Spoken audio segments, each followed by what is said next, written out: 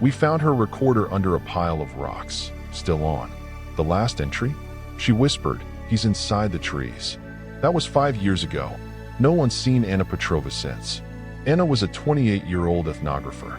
She studied Slavic forest folklore, the old stories, the ones most people laugh off. She wasn't a thrill seeker. She didn't believe in ghosts. She believed in data, in structure, in logic. She arrived in Bialowieza Forest, one of the oldest, most untouched forests in Europe, in late October. Alone, locals warned her, told her not to camp deep inside, not since the disappearances. She smiled politely, packed her gear, and left anyway. 3 days later, a park ranger found her tent, torn to shreds, not collapsed, torn as if by claws. Inside, no blood, no struggle, just her notebook and her recorder. October 21st, 10:34 p.m. Her voice, hushed but clear. "I'm hearing something, like humming, low, constant. The trees are swaying, but there's no wind. There's a rhythm to it, like breathing." Then a pause. It stopped. That was her last message. Her journal, dirt-smudged and damp, filled with field notes. The locals call this sector Leshiyevo. They say the Leshi lives here, a forest spirit, protector, but more than a myth, a presence, a thing that moves the trees when you're not looking. Tomasz, a hunter who's lived near the forest his whole life, agreed to talk. Off camera, voice altered.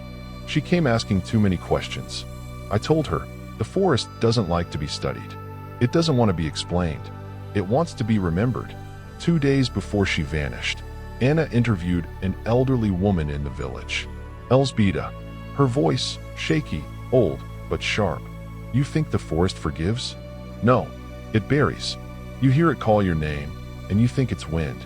But wind doesn't know your name, dear." Police searched for her. 20 square kilometers. No footprints. No wildlife trail. Just spirals burned into moss. And trees, scorched at the roots. The official report said, presumed death by exposure. But unofficially, they couldn't explain any of it. Then we found Pyotr, her colleague. He had a voice memo, a recording she sent at 3:07 a.m. She said, "I was just in the tent, but I also just walked back into it." She sounded terrified. He checked the metadata. She'd recorded it 2 hours before she sent it. 1 year later, Eric Weller, an amateur cryptozoologist, went missing in the same area. His last blog post, "Heading into the Leshiyevo sector. I want to see if the whispers are real." He never posted again. We compared Anna's and Eric's notes. Drawings, patterns, identical spirals, same carved symbols. One word, over and over again. Rosik, Polish for come back. But come back from where? We entered the forest. Took every precaution. GPS, EMF meters, satellite phone. All of it failed. Dead zone. No signals. No birdsong. Just the wind. And then, a whisper. Clear. Intentional. Leave it. We didn't hesitate. We ran. Back at the edge of the forest, our guide looked pale. He checked his watch. We had been inside 20 minutes. But his watch said 3 hours. Some say Anna never died. That she became part of the forest. That she is the whisper now. Some even claim, if you go quiet, you'll hear your name. But remember, wind doesn't know your name, does it? But something else happened after our trip.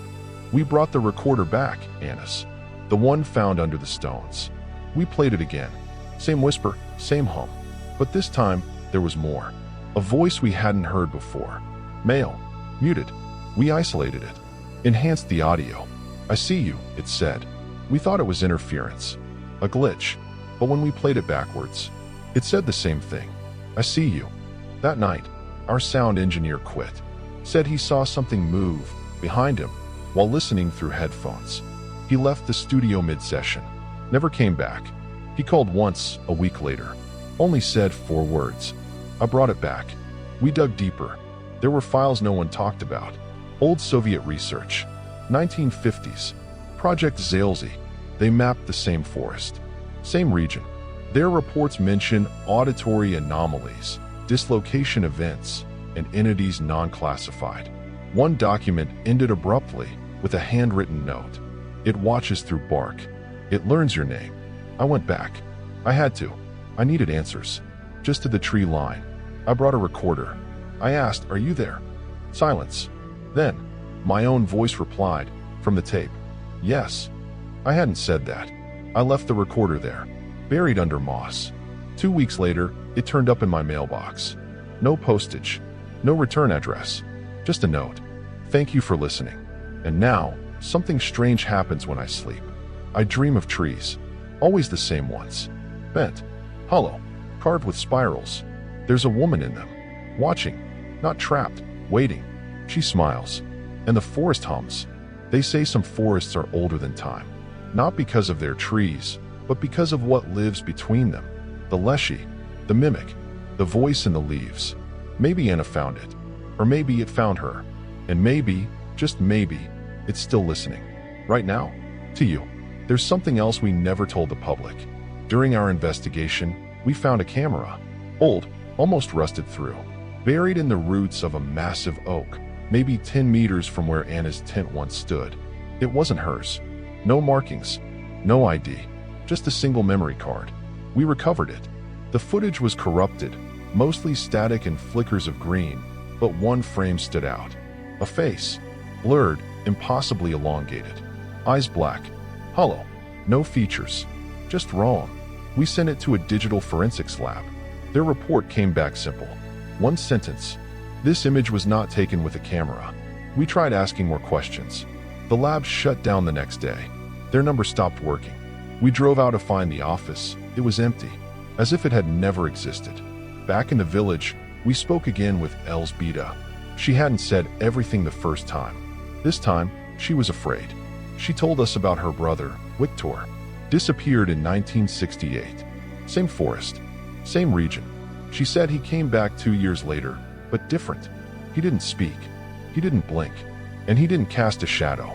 He stayed only one night. And in the morning, he was gone again. She looked at us and whispered, "That was not my brother." We began receiving messages after the first version of this story went live. Emails, handwritten letters, all anonymous. Most were nonsense, but one stood out. It described a hidden place deep in Leshiivo, a glade that doesn't appear on any map. You can't walk to it, only stumble into it when the forest decides. The letter said, "The trees move when you're not looking. They make paths that weren't there before." It's not a place, it's a memory. They signed it simply, "A friend of Anna." Then, in April last year, we received a package. No return label, no markings. Inside, a VHS tape.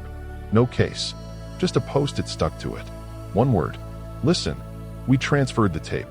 It showed the forest, night vision, crackling sounds, and Anna's voice, clear, terrified. I found the glade. I wasn't supposed to. "He's here." Then silence, for a full minute. And then, not a scream, a sound, like trees creaking under impossible weight, like wood breathing. The screen went black. Then a final frame, the word WRCA. She came back, and here's the part that keeps me up at night. The next day after watching the tape, I woke up with soil under my fingernails. I don't remember going outside. I don't remember dreaming. But I remember the smell, damp, sweet, ancient. Like moss, like bark, like the forest. Some say what Anna found isn't the Leshy.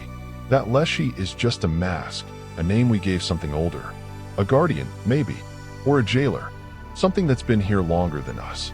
Something that feeds on attention, on memory, and maybe now on stories. Maybe, by listening, we've fed it. Maybe, by telling you this, I've fed it again. And if you dream tonight of trees, spirals, a whisper calling your name, remember, wind doesn't know your name, but something else might.